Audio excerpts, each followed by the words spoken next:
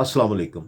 Last time हमने इस मौजू पर बात की थी कि अगर बाप बेटियों को महरूम करके जायदाद अपने बेटों के नाम पर मुंतकिल कर दे तो क्या बेटियों के पास कोई दाद रसी रह जाती है? क्या वो अदालत में कोई केस कर सकती हैं? तो इस प्रोपोजिशन का हमने बहुत अच्छे तरीके से जवाब ढूंढ लिया था कि बाप ऐसा नहीं कर सकता, और अदालत बहुत क्रिटिकली ऐसे मामले को देखती है।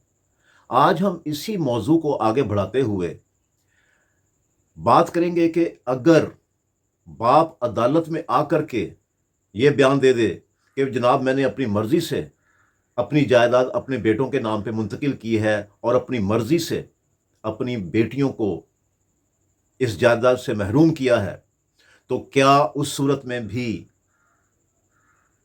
जो वो जायदाद है वो लेजिटिमेट हो जाती है बेटों के नाम पे? और क्या बेटियों को उस सूरत में भी कोई दाद रसी हासिल नहीं होती? तो अर्ज़ मैंने ये करना थी कि बेटियों को घबराने की ज़रूरत नहीं है, या बहनों को घबराने की ज़रूरत नहीं है जिनके भाइयों ने बाप की ज़िंदगी में अब जायदाद उसकी अपने नाम पे मुंतकिल करवा ली है। तो ऐसी बहनें या ऐसी बेटियां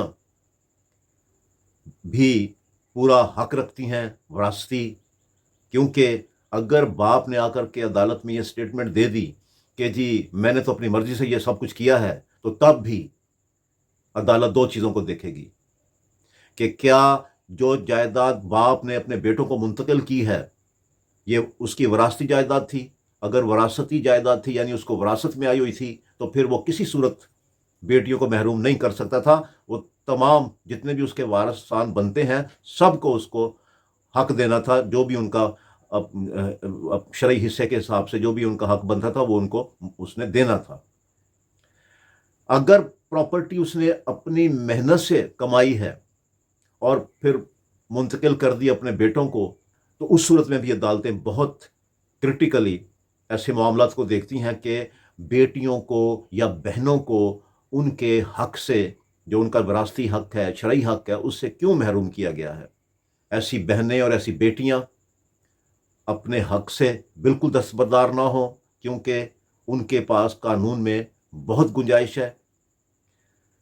करना उन्होंने ये है कि अगर इस तरह की सूरत हाल बन गई है, बाप ने बेटों के हक में जायदाद ट्रांसफ़र कर दी है और अदालत में आकर के उनके हक में स्टेटमेंट भी दे दी है, तब भी ऐसी ख़वातीन, बेटियां या बहनें अदालत में एक डेक्लरेशन सूट फाइल करेंगी, परमानेंट इंजंक्शन का सूट फाइल करेंगी, कैंसिलेशन ऑफ डॉक्यूमेंट का सूट फाइल करेंगी। यानी ये तीनों चारों रेमेडीज इकट्ठी मिलाकर के एक दावा दायर करेंगी अदालत में कि जनाब जो ये हमारे वालिद साहब ने हमें महरूम करके वरासत के हिस्से से, हक से, और अपने बेटों के नाम पे ये जायदाद मुंतकिल की है, ये वो नहीं कर सकते थे।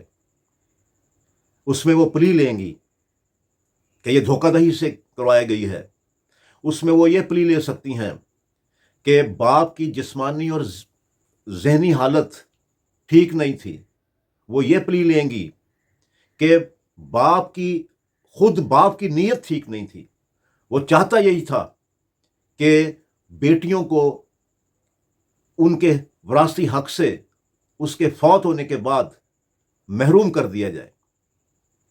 और ये सबसे बड़ा क्वेश्चन होगा अदालत के सामने, जिसको अदालत कंसिडर करेगी कि आखिर बाप ने बेटों के नाम पे जायदाद क्यों मुंतकिल की और बेटियों को क्या वजह थी कि उनको उनके विरासती हक से महरूम कर दिया।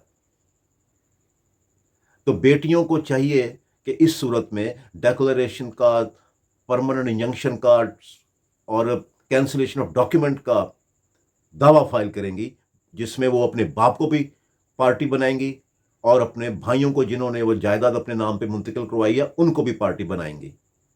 यानी बाप और भाइयों के खिलाफ केस फाइल करेंगी कि ये सब मिलकर इन्होंने बदनीयती से हमें जायदाद के हक से महरूम करने के लिए इन्होंने ये सब ने मिलकर के ये प्लानिंग की है और इसके पीछे इनकी बदनीयती है। ऐसे केस में इश्यूज फ्रेम होते हैं और इस पॉइंट पे जब स्टेटमेंट होगी, बयान होंगे और फिर जरा होगी ऐसे वालिद पे और भाइयों पे, तो इंशाअल्लाह ताला वो जितनी भी ट्रांजैक्शन हुई थी हिबानामा की सूरत में या बैनामा की सूरत में अदालत ऐसी दस्तावेजात को कैंसिल कर देगी और बेटियों को या दूसरे लफ्ज़ों में बहनों को उनका हक दिलाएगी, जो भी उनका विरासती हिस्सा बनता है उस प्रॉपर्टी में वो दिलाएगी।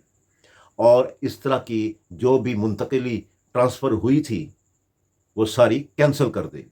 बस ख़वातीन ने करना ये है कि उन्होंने बहुत एहतियात से अपना दावा तैयार करवाना है। तो ऐसी ख़वातीन यानी बेटियां और बहनें जिनके साथ नाइंसाफ़ी हुई है, जिनका वरासत का हक उनसे बदनीयती से छीन लिया गया है, वो अदालत में दावा कर सकती हैं।